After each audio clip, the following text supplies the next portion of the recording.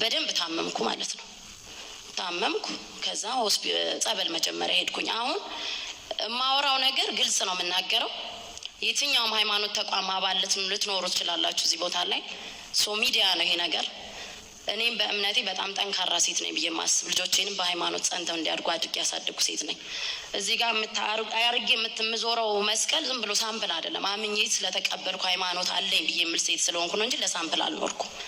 ስለዚህ ከየትኛውም እዚህ ጋር የሆነ ነገር ምናምን ተብሎ ሚዲያ ላይ በቲክቶክ ኦር በፌስቡክ በዩቲዩብ ምናምን ይሄ አይደለም። ህይወት የሚባል ነገር አለ። ሁላችንም ህይወት አለ። ስለዚህ ለህይወታችን እንድንኖር አትሊስት አንድ ቃል እንኳን ከኔ ማግኘት ከቻላችሁ ነው እንጂ እኔ አላውቀውም። ያለፈውም ነግራችኋለሁ። በጣም ከምጣለው ሰው መሀል አንዱ ነበርክ።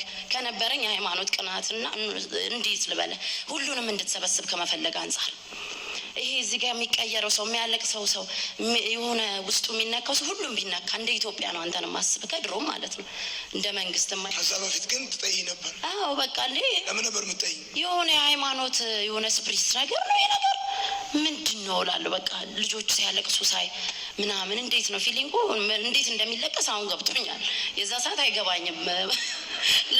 እውነት የማለቅሰው ሰው ሲሞት ወይ ፊልም ሳይ ምናምን ነው ላለቅስ የምትችለው። ለካ እውነት ሲገባ ህይወት ሲገባ ራሱ የሆነ መዝሙር እንዲያውም አለ ባለፈው የሰማሁት መልካም ወጣት ቲቪ ላይ ለምን እንደማለቅስ ሳቄ ምናምን ራሱ የሚለው በጣም የሚገርም ዝማሬ ነው። እና ምን ልላችሁ ነው በቃ እንደዛ የሆንኩ ታምሜ ወደ ጸበል ሄድኩኝ። የተወሰነ ለውጥ አመጣው። ከዛ ድጋሚ ባሰብኝ።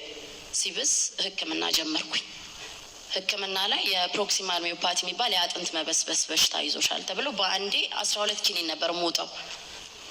አንዴ ነው የሚዋጠው፣ 6ቱን አንዴ ነበር የምወጣው መድኃኒቱ። ከዛ በጣም በብዙ በቃ ጉዳት ውስጥ ሆንኩኝ። መጨረሻ ላይ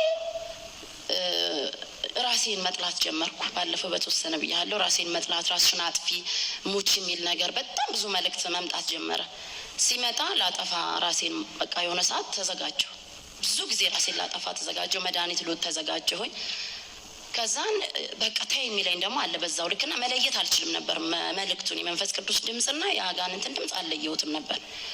ፋይናሊ በቃ ማብቃት አለበት ይሄ ነገርና እግዚአብሔር ወደ አንተ ልጅ ወስቲ ብዬ ወደ እግዚአብሔር ማለት ጀመርኩ። የሚመስለኝ ሰው መሆን ያለበት የማይዋሽ፣ የማይዘሙት፣ የማይሰርቅ ምናምን አይነት ሰው ከሆነ በቃ ንጹህ ሰው ነው ብዬ ነበር የማስበው።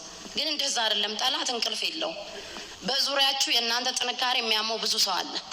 የእናንተ ነገሮች ላይ ሰክሰስ መሆን የሚያመው ብዙ ሰው አለ። አጋንንት ደግሞ የሚሰራው በሰው ነው። በየትኛውም ሰው ሊሆን ይችላል። እኛ ስለ ሰው አይመለከተንም። ግን ጠላት አለ ዙሪያችሁ ማለት ነው። በቃ እንደሚያገሳ አንበሳ ነው በዙሪያችሁ የሚያንዣብበው እንደሚባለው ለካ ያንዣብብ ነበረ እና በብዙ ነገር ተጠላልፌ ነበር። ፋይናሊ በቃ መጸለይ ጀመርኩ በራሴ በሃይማኖቴ። ሰይፈ ስላሴ የሚባል ጸሎት አለ። ያን ጸሎት ጸልያለሁ። ራሴ ጾም ለራሴ አውጄ መጾም ጀመርኩኝ። እስከ ማታ ድረስ ጾሜ ማታ መድኃኒቱን ወጣለሁኝ። ከዛ መበርታት ስጀምር ፈተና መምጣት ጀመረ። ልጆቼ ከመኪና አደጋ ተረፉ። 9 ሰው ከሞተበት ሲኖትራክ ተረፉ ምናምን። እንደዛ ቻሌንጅ እየበዛ ሲመጣ ገባኝ በቃ መንፈስ እንደሆነ። እኔ ደግሞ ለውጥ ማምጣት ጀመርኩ። እንደዚህ አልቆመም ነበር። አሁን ቆሜ ራሱ ባወራ በጣም ነው ደስ የሚለኝ። የሚገርማችሁ ይሄ ግን አይቆምም ነበረ። እንዲህ ቁጭ ብዬ ቡና አፍልቼ ቤቴ እንግዳ መጥቶ አልነሳም። እንደዚህ የሆነ ነገር ይዤ ወይ ዱላ ምናምን ነገር ተደግፌ ነበር የምቆመው። ስለዚህ በመጀመሪያ በእናታቸው አንዴ እግዚአብሔርን በደንብ አመስግኑልኝ ለመቆሜ ብቻ።